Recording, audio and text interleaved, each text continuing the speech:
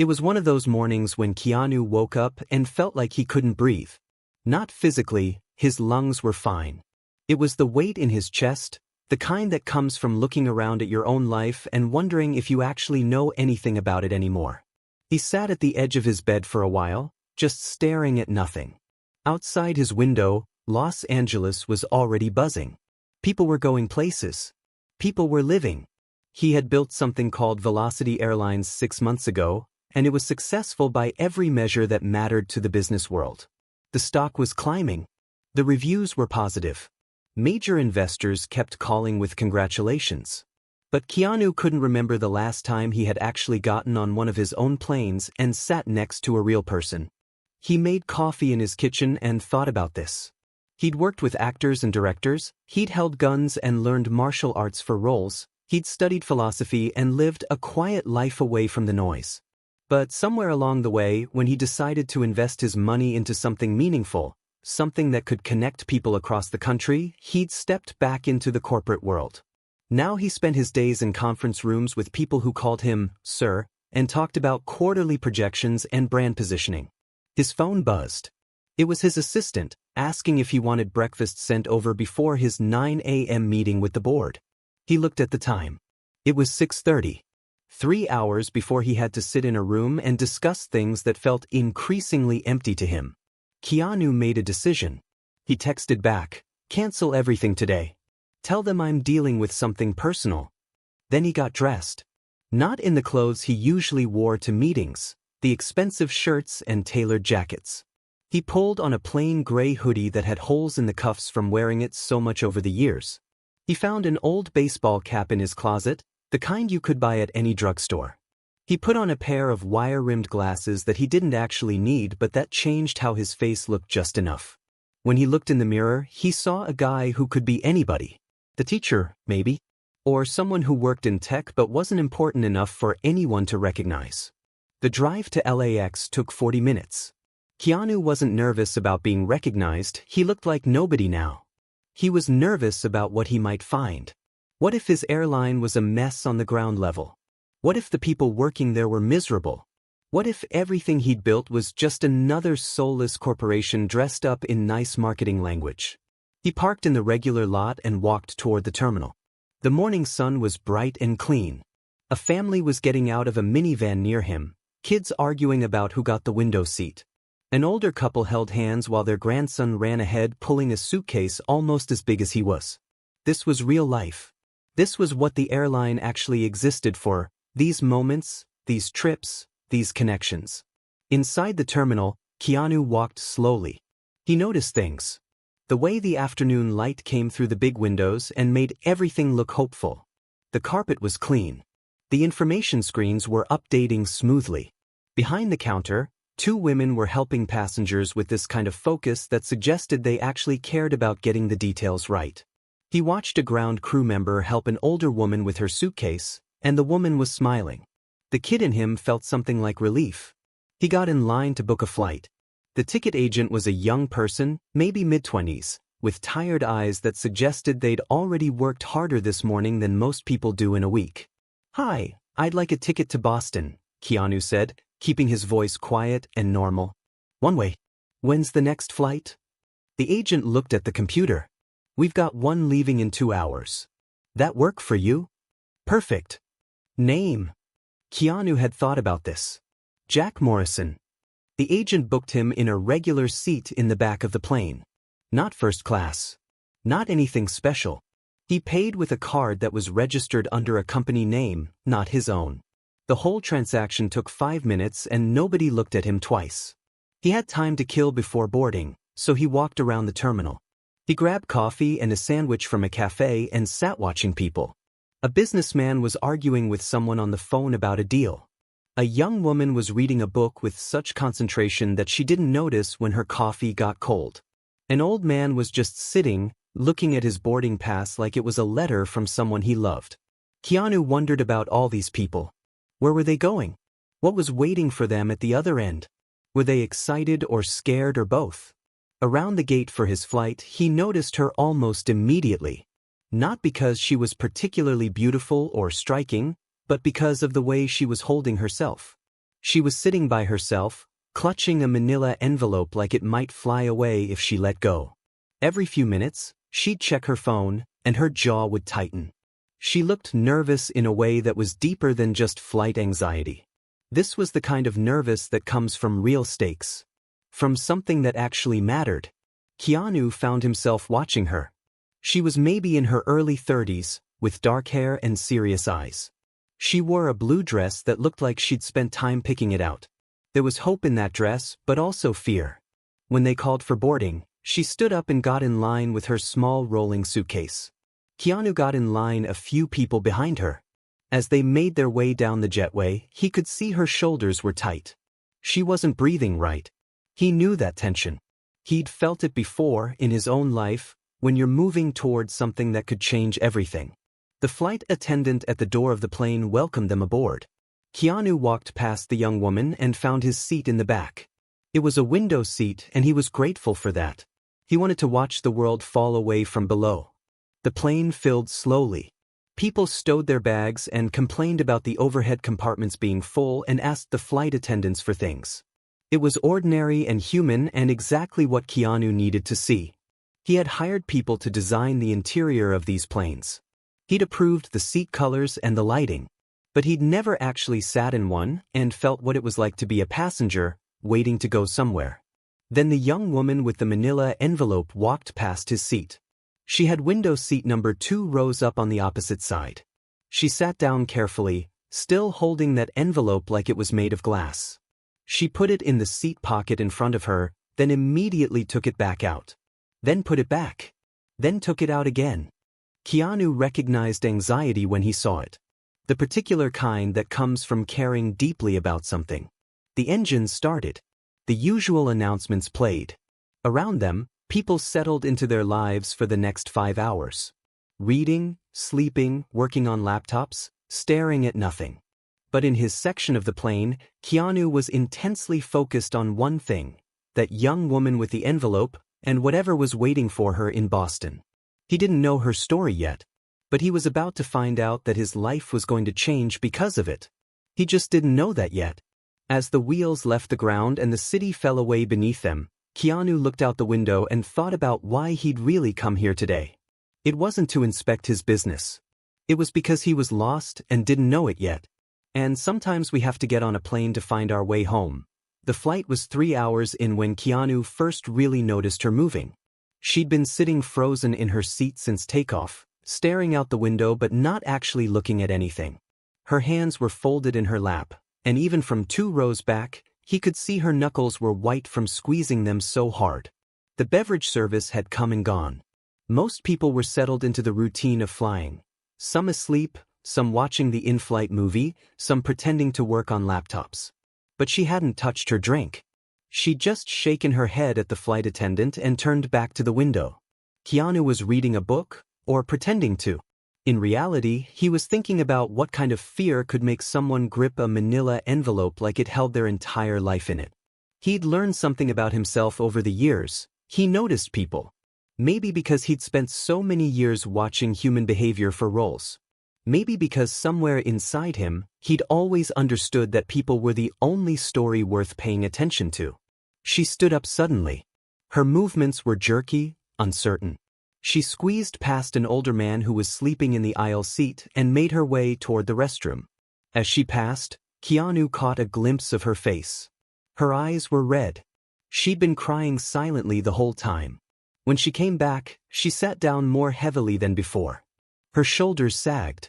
She pulled the manila envelope out of the seat pocket again and opened it just enough to peek inside, then closed it quickly, like she couldn't bear to see what was in there for more than a second. That's when Keanu made a choice. He wasn't entirely sure why. Maybe because he recognized something in her, that quality of someone carrying something too heavy to carry alone. Maybe because his whole reason for being on this plane was to actually connect with people, and here was someone right in front of him who was clearly drowning. He unbuckled his seatbelt quietly and stood up. He walked forward slowly, not making a big deal out of it, just moving like he was going to get something from the overhead bin. As he passed her row, the envelope slipped out of her hands. It was almost like it was meant to happen. The envelope fell into the space between the seats, and Keanu bent down to pick it up at exactly the same moment she reached for it. Their hands nearly touched. He grabbed it first and handed it back to her, making sure not to look at what was written on it, making sure to respect that this wasn't his business unless she made it his business. "Here you go," he said, keeping his voice quiet and kind.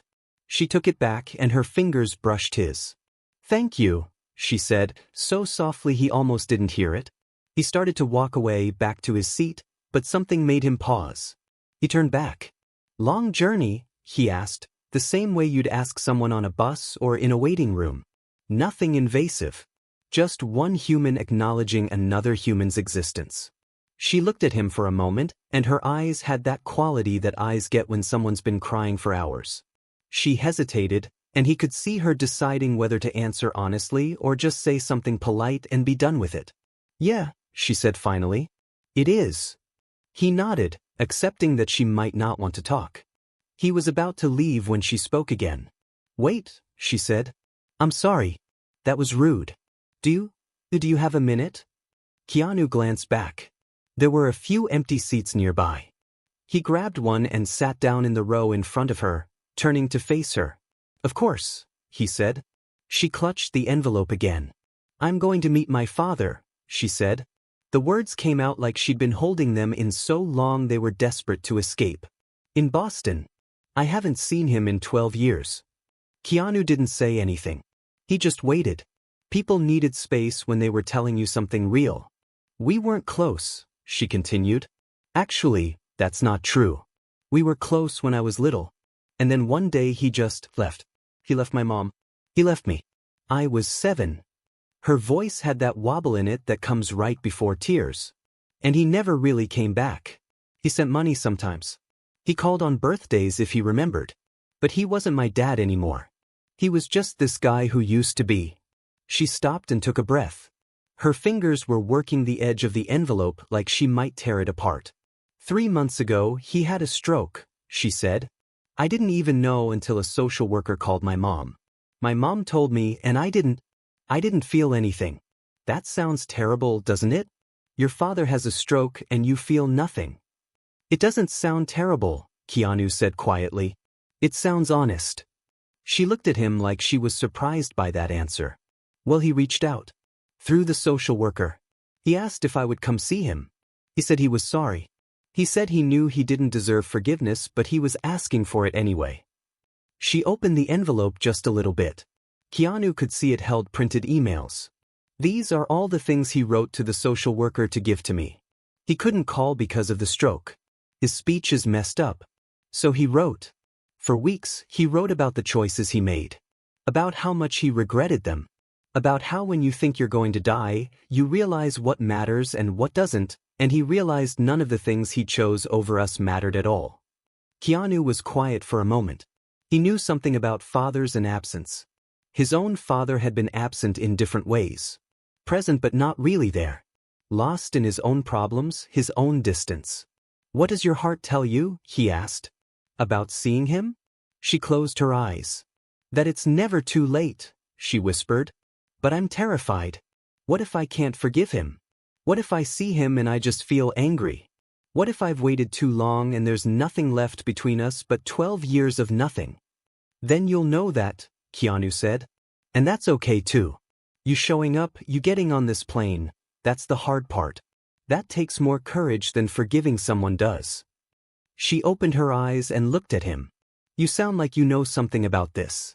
Keanu smiled, but it was a sad kind of smile. "Everyone's got a story with their parents," he said. "It's one of the things that makes us human, I think. That complicated, messy relationship. It never fits into any simple shape." She nodded slowly.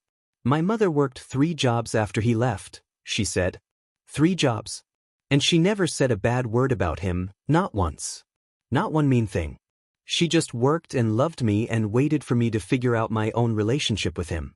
And now I'm getting on a plane to see if there's anything left to repair, and I think she gave me that ability to try again."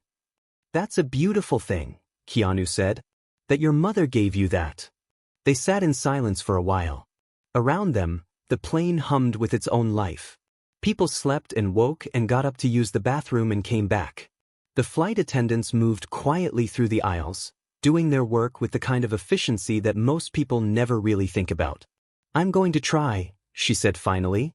"I'm going to see him and I'm going to listen to whatever he has to say, and I'm going to let myself feel whatever I feel about it." "That's all you can do," Keanu said. "That's actually everything." She smiled at him then, a real smile. "Thank you," she said. "I came on this plane thinking I was the only person in the world carrying something heavy. But you listened like you understood." Keanu stood up slowly. "We're all carrying something," he said. "That's what I think anyway. The people who notice each other carrying, those are the people who matter." He went back to his seat and didn't turn around. But he could feel her sitting behind him, and he knew something had shifted for her.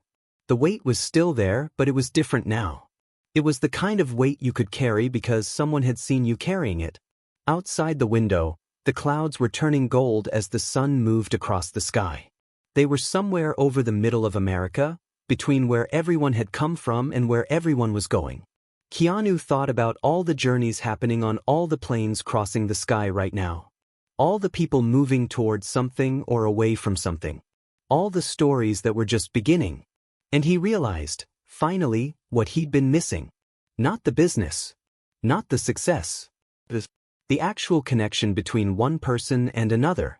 The moment when you tell someone something true and they listen like it matters. The moment when a stranger becomes someone you'll remember for the rest of your life. About an hour later, Keanu got up to get some water. He was restless now in a way he hadn't been before. His mind was moving in different directions, thinking about what the young woman had told him, thinking about fathers and absence and the courage it takes to try again when you've been hurt. He walked toward the back of the plane where the galley was. It was that quiet middle part of the flight where most people were sleeping and the cabin felt like it belonged to nobody. He pressed the little button to get water from the dispenser and waited for the cup to fill. That's when he heard the voice. One of the flight attendants was talking on the radio to someone on the ground. His back was to Keanu, and he didn't seem to notice anyone was there. He was probably 40, maybe a little younger, with the kind of tired in his shoulders that comes from having worked too many hours. His name tag said he worked for Velocity Airlines. That would be Keanu's airline. "Yeah, she's in 12C, the flight attendant was saying into the radio. "First time flying with us. She seems pretty nervous about the trip." There was a pause while someone else was talking. "No, nothing strange. Just a woman who looks like she needed someone to care enough to notice her." Keanu stopped moving. He held the water cup in his hand and felt something shift inside his chest. The flight attendant continued. "You know, I got this job because I needed the health insurance. My daughter, she's got cystic fibrosis. It's expensive. The treatment is expensive. I was working at a hotel before and they didn't have good coverage, and I was drowning in bills and scared all the time that she'd get sick and I wouldn't be able to help her." He laughed, but it was the kind of laugh that comes with tears. "But when I got hired here at Velocity, something happened. The company, the people running it, they somehow found out about my daughter. And instead of just giving me a job and a paycheck, they actually helped. They connected me with specialists. They helped me understand the different treatment options. They found out about an experimental thing that wasn't covered by regular insurance, and they helped me navigate grants and all these programs I didn't even know existed." Keanu couldn't breathe. He wasn't trying to eavesdrop. He'd just been getting water. But now he was frozen, listening. "My daughter," the man said, and his voice cracked a little. "She's doing better now. Actually better. Not just stable, better. And it's because someone at this company cared enough to look at me like I was a person and not just an employee number. So when I'm working on these planes, I'm not just doing a job. I'm working for someone who saw that I was invisible and chose to see me anyway." There was more talking on the other end of the line. The flight attendant was quiet for a moment. "Yeah, I know the boss is just building an airline," he said finally. "But he's actually building something that changes lives. And not in some big public way where there's announcements about it. In the small, quiet way. The way that matters." He signed off and turned around. He nearly bumped into Keanu, who was standing there with a cup of water and an expression on his face that he couldn't quite control. "Oh, sorry," the flight attendant said, stepping back. Didn't see you there. Keanu nodded but couldn't speak. The man moved past him and disappeared back into the cabin, probably to check on passengers, to do his job, to continue being the kind of person who noticed when people needed help. Keanu stood in the galley and felt his hands shaking. He gripped the water cup tighter and tried to process what he'd just heard. His company had helped this man's daughter. Not because it was good publicity. Not because it would make the news. But because his team had seen someone struggling and decided to actually do something about it. And the remarkable thing, the thing that was making Keanu's eyes burn, was that the man was crediting Keanu with it. Crediting him for caring. For seeing. But Keanu hadn't been seeing anyone. He'd been in conference rooms. He'd authorized payments and approved policies, but he hadn't actually witnessed any of it. He didn't know the man's name. He didn't know his daughter's name. He'd never heard how this had actually changed their lives, how it had felt for this man to suddenly have hope again. He sat down in one of the jump seats in the galley and put the water cup down. The plane hummed around him. Somewhere up front, the pilots were navigating the sky. Somewhere behind him, the young woman with the manila envelope was probably still awake, thinking about her father. And somewhere on this plane was a man who'd been invisible and then suddenly wasn't, and he was still showing up for his job with kindness in his heart. Keanu understood something then. He'd built the airline thinking he was building a business. He'd hired people and created policies and made decisions from a distance. But what he'd actually built, without really meaning to, was a way for people to see each other. For one person to notice that another person was struggling and to decide that mattered enough to do something about it. He picked up the water and went back to his seat. He sat down and looked out the window at the darkness. Below them, America was sleeping. Above them, the stars were out in a way they never are when you're on the ground. And all around him, people were traveling towards something or running from something or trying to fix something that had broken. When the man came by with the beverage service again, Keanu raised his hand and asked him to sit for just a moment. The flight attendant looked surprised, but he sat down in the empty seat across the aisle. I overheard you, Keanu said quietly. In the galley. You were talking about your daughter.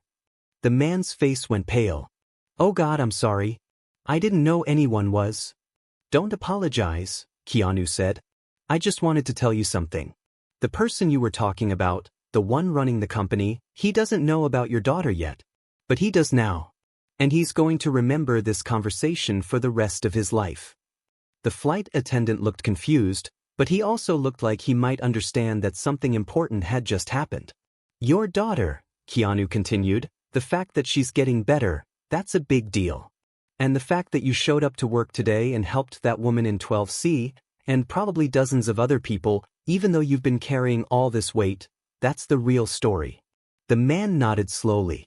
Thanks, he said. I don't know why you're telling me this, but thanks. After he left, Keanu sat in the darkness and thought about visibility. About how we move through the world mostly invisible to each other. He'd thought about this before, in the abstract way that successful people think about social responsibility. But he'd never really felt it until now. He thought about the woman going to see her father. He thought about the flight attendant carrying his daughter's illness like a stone in his pocket but still smiling at passengers. He thought about all the people on all the planes at all hours of the day and night, moving and trying and hoping and healing. And he realized that his airline, the thing he'd built thinking it was about transportation and profit margins, was actually about something else entirely. It was a stage where human lives intersected. It was a place where people showed up to see each other, or at least had the chance to. He pulled out a small notebook from his jacket pocket and wrote something down. Not about business. Not about numbers. Just 3 words, see the people. Then he closed his eyes and let the vibration of the engines rock him. Outside, somewhere in the darkness, Boston was getting closer. The young woman would see her father soon. The flight attendant would finish his shift knowing he'd mattered to someone. And Keanu would step off this plane changed in a way he couldn't quite explain yet. The plane moved through the night sky, carrying all these people toward their separate destinations, their separate transformations. And for the first time in a long time, Keanu felt like he was exactly where he was supposed to be, The landing announcement came about 30 minutes before they actually touched down. Keanu had been pretending to sleep but mostly just thinking. Thinking about what it means to be seen by someone. Thinking about the weight of knowing that your actions have touched lives you'll never fully understand. Around him, people started waking up. They stretched and checked their phones and began the ritual of preparing to land. The plane descended slowly, breaking through clouds, and suddenly the world became clear again. Boston spread out below them in all its complicated beauty, old buildings and new buildings, water and trees, and millions of people all going about their lives. The young woman with the manila envelope was moving in her seat. Keanu could see her from the corner of his eye. She was sitting up straighter now. Her hands were still shaking, but there was something different in her posture. Readiness, maybe. Or acceptance. She'd made a choice somewhere over Kansas or Ohio or Pennsylvania, and now she was committed to it. The wheels touched down. The plane braked. They taxied toward the gate. And Keanu thought about how this moment, this arrival, was going to change something for her. Whether it was good or bad, whether she found what she needed or didn't, her life was about to shift on its axis. Because she'd been brave enough to get on a plane and move toward something painful. When the seatbelt sign turned off and people started gathering their things, Keanu waited. He let the crowd of travelers move past him, everyone eager to get off, to get where they needed to be. He watched the young woman stand up. She reached for the manila envelope and held it against her chest like it was a shield. She was maybe 4 rows ahead of him, and he could see her taking deep breaths. Like she was trying to convince her body that she could do this. He stood up and grabbed his small bag from the overhead bin. He moved slowly, not trying to catch up to her, just moving in the same direction. They walked down the jetway together in a crowd of strangers who were all strangers to each other, all moving toward their own versions of whatever came next. The airport was busy. Baggage claim, exits, the chaos of arrival. Keanu spotted her near baggage claim, and she was looking around like she was lost. Not lost in the airport, she knew where to go. Lost in the bigger sense. Like she was trying to find solid ground. He almost let her go. Almost let her disappear into her own story without interrupting again. But something made him walk over. "Hey," he said quietly. She turned and recognized him. Her eyes widened a little. "Hi," she said. Then, like she was reading his expression, she added, "I'm about to do it. I'm about to actually do it." "I know," he said. "You're going to be okay." "How do you know that?" she asked. Not defensively. Genuinely curious. "Because you got on the plane," he said. "Because you showed up. The rest is just what happens after courage. And courage is the hard part." She smiled at him then, and it was a real smile, the kind that comes from inside when someone has actually seen you. "I don't know your name," she said. He thought about telling her. About revealing himself. But he realized that wouldn't help either of them. She didn't need to know who he was. She needed to know that someone had listened to her story and believed she could do hard things. "It doesn't matter," he said. "You're going to meet your father now, and that's what matters." She nodded. "Thank you," she said again. "For everything. For listening. For making me feel less alone." "You were never alone," he said. "You were just carrying something by yourself. There's a difference." She hugged him then. It wasn't a celebrity encounter or anything formal. It was just 2 people who had shared something real, and now they were saying goodbye. When she let go, her eyes were wet, but she was smiling. "Good luck," he said. "Thank you," she said. "Really? Thank you." Then she turned and walked toward the exit, where the arrivals area would be, where her father was probably waiting, maybe sitting in a chair, maybe standing, maybe scared that she wouldn't come. Keanu watched her go until she disappeared into the crowd. He didn't move for a moment. He just stood there in the middle of baggage claim, watching the carousel spin, watching people collect their lives from the metal belt, watching strangers embrace and say hello and say goodbye. Then he got his bag and made his way toward the ground operations office for Velocity Airlines. He had something he needed to do, and he needed to do it while the clarity was still there, while he could still feel the weight of what he'd learned on that plane. The Boston operations hub was smaller than the one in LA. It was in a back section of the airport, past security, past the public parts. Keanu went to the counter and asked for someone in management. A woman came out after about 5 minutes. She was professional, efficient, the kind of person who ran things. She didn't recognize him. "Can I help you?" she asked.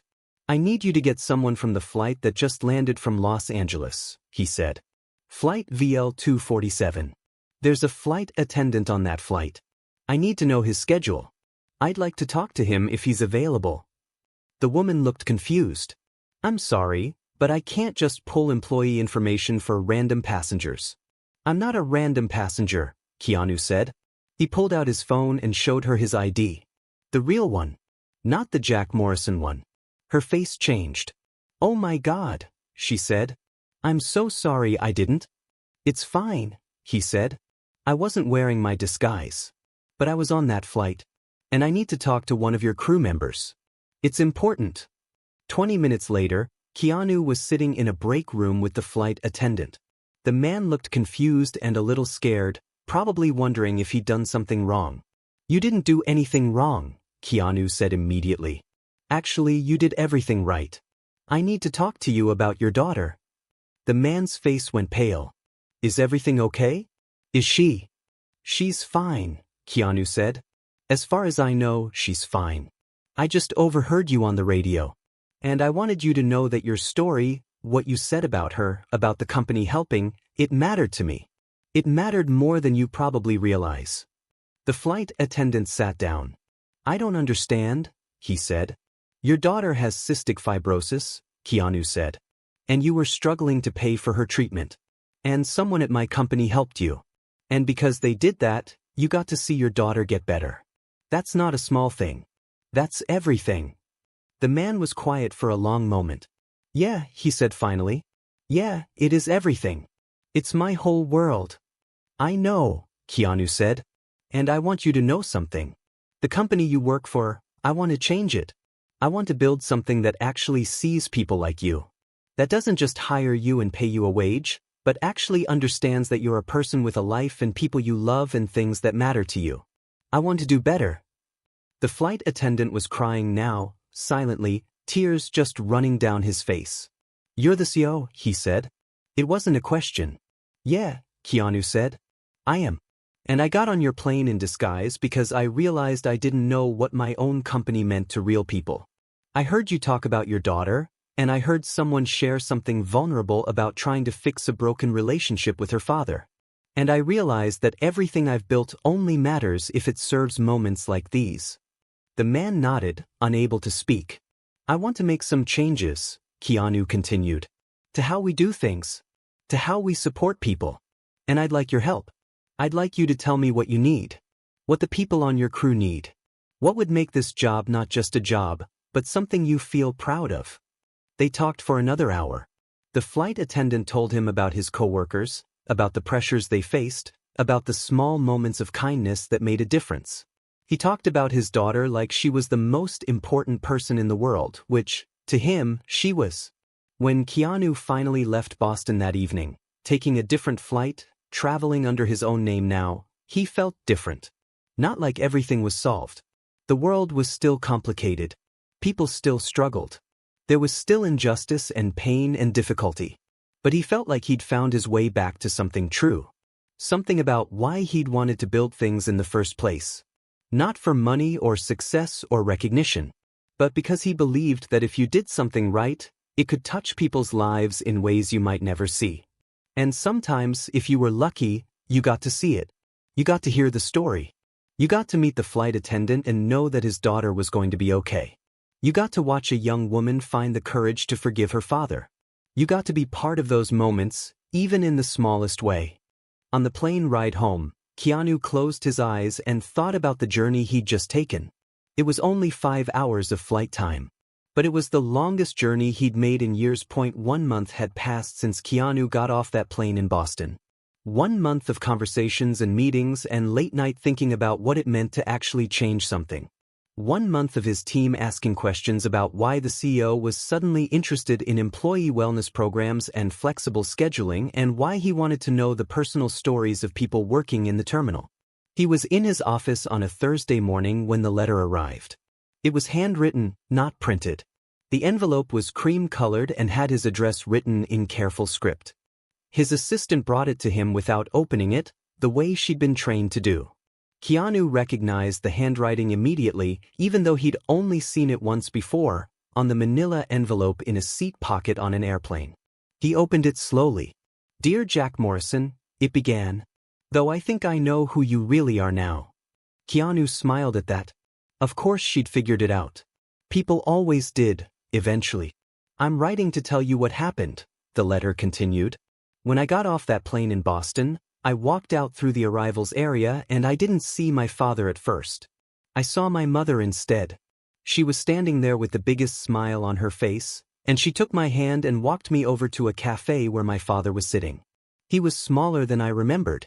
The stroke had done something to his left side. He couldn't smile evenly, and his speech was slurred. But his eyes were the same as they were when I was 7. And he cried when he saw me. He just cried. We sat there for 8 hours. We didn't even get coffee. We just sat there and he talked, and sometimes my mom helped translate when his words got jumbled, and I listened. I told him about my life, about the choices I made, about how I'm a teacher now, and I teach kids who come from broken homes, and I try to make sure they know they're not alone. He told me he'd been a terrible father. He didn't minimize it or make excuses. He just said it straight. He said he was selfish and scared and didn't know how to be a good person, so he ran away.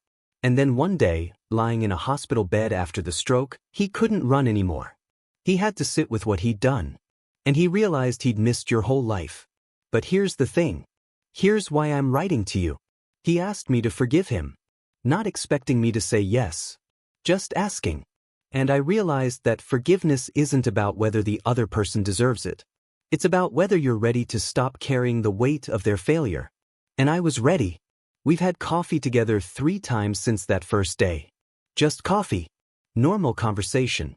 We're not going to suddenly be what we weren't for 12 years. But we're trying. And trying is something. Trying is everything. And none of that would have happened if I'd gotten on that plane and sat alone with my fear. If I hadn't had a stranger, a kind stranger, listen to me and tell me that courage was the hard part, and I'd already done that. So I want to say thank you. Thank you for seeing me. Thank you for making the journey matter. The letter was signed with her name. A simple name. A name that would become important to him, though she'd never know how much. Keanu sat with the letter in his hands for a long time. He read it 3 times. The 3rd time he cried. Not quietly. Not the kind of tears you hide. The kind that come from understanding that you've been part of something true. He called his assistant and asked her to find the flight attendant from Boston. He wanted to know how his daughter was doing. The answer came back within an hour. She was thriving. The experimental treatment was working better than anyone expected. She just started back at school after missing months. She was singing again, something the chronic illness had made difficult. And her father was the happiest his colleagues had ever seen him. That afternoon, Keanu sent out a company-wide message to all Velocity Airlines employees. It wasn't a memo. It was a letter. He wrote about why he'd started the company. He wrote about what he believed it should be. Then he wrote about the journey he'd taken on one of his own flights, disguised and anonymous, and what he'd learned about what his company actually meant to people. He wrote about the flight attendant and his daughter. He asked the team to think about the people they worked with every day, and to start asking questions. Real questions. What's going on in your life? What do you need? How can we help? He announced the new programs. Mental health support. Educational grants. Flexible scheduling. Paid time off for caregiving. And something new, a listening circle program where employees could share their real stories, and management would actually listen without trying to fix things. The response was overwhelming. People started coming forward with their own stories. Single parents struggling to afford childcare. Teenagers dealing with anxiety and depression. Parents with sick children. People working multiple jobs because one wasn't enough. People who'd been invisible for so long that being seen felt like a miracle. 2 weeks after the letter arrived, Keanu made another trip to Boston. This time, he didn't disguise himself. He went to the operations hub and asked to meet with the flight attendant again. They had coffee at the same airport cafe where the young woman had sat with her father. "My daughter wants to meet you," the flight attendant said. "She's heard the whole story from me and she asked if we could see you." "Really?" Keanu said. "Yeah. She wants to say thank you. For helping her dad. For making him realize that his job mattered. For making him feel like he was doing something bigger than just serving drinks on planes." So they went to the flight attendant's house, a small place in a neighborhood that looked like thousands of other neighborhoods across America. And there was his daughter, maybe 14, with her mother, and she was healthy enough to laugh and talk and to tell Keanu that her dad was her hero. "He works hard so I can get better," she said simply. "And he's kind to people because he knows what it feels like to need someone to be kind to you." Keanu sat with that family for 2 hours. They told him stories. They made him tea. They treated him like a person, not like a CEO. Like someone who cared about them and who they cared about in return. When he left, the girl hugged him. She didn't know that was going to change his perspective on the whole industry, the whole company, the whole trajectory of his life. She was just hugging someone her dad had talked about. But it meant everything. 3 months later, the news started coming out. The airline was changing. Employees were sharing their stories on social media, talking about how they felt valued. Families were talking about how the new wellness programs had saved them. The media started calling it unusual, a billionaire CEO who actually cared about the people who worked for him. But for Keanu, it wasn't unusual. It was just what should have been happening all along. He still flew on his airline regularly. Sometimes in disguise, sometimes not. He sat next to people and asked them about their lives. He listened. He remembered that the point of any business, any creation, any work was that it touched actual human beings. And those human beings mattered infinitely more than quarterly reports or stock prices. One evening, 6 months after the Boston trip, Keanu booked a flight by himself. Not for business. Not for any reason except that he wanted to be on a plane. He wanted to sit in an ordinary seat and watch ordinary people move through their ordinary, extraordinary lives. Somewhere during that flight, he realized something. He'd spent decades trying to find the perfect role, the perfect story to tell. But the real story had been happening all around him the whole time. It was in the flight attendant helping an elderly woman with her bag. It was in the pilot who'd been flying for 30 years and still took the job seriously. It was in the couple in 14B holding hands during turbulence. It was in the child who'd never flown before, looking out the window at clouds with wonder. The story wasn't about him succeeding or changing things dramatically. The story was about connection. About seeing other people and letting them see you. About the quiet understanding that we're all just trying to do our best with what we've been given. When the plane landed, Keanu gathered his things and walked out into the airport like any other passenger. But everything was different now. He moved through the world knowing that his work mattered. Not because it was famous or successful, but because it touched people. Because somewhere, a girl was getting better because her father's job had given him health insurance. Because a young woman had found the courage to forgive her father because a stranger had listened to her. Because flight attendants showed up every day knowing they were seen and valued. He'd gotten on a plane disguised as Jack Morrison looking for something he couldn't name. And he'd found it, not in the engine power or the route efficiency or the profit margins, but in the people. Always in the people. The journey continued. There would be more flights, more conversations, more stories. There would be failures and complications and problems that wouldn't be solved by good intentions. But there would also be moments of real connection. Moments where someone noticed another person and decided that mattered enough to act. And that, Keanu understood finally, was enough. That was everything. That was why he was here at all.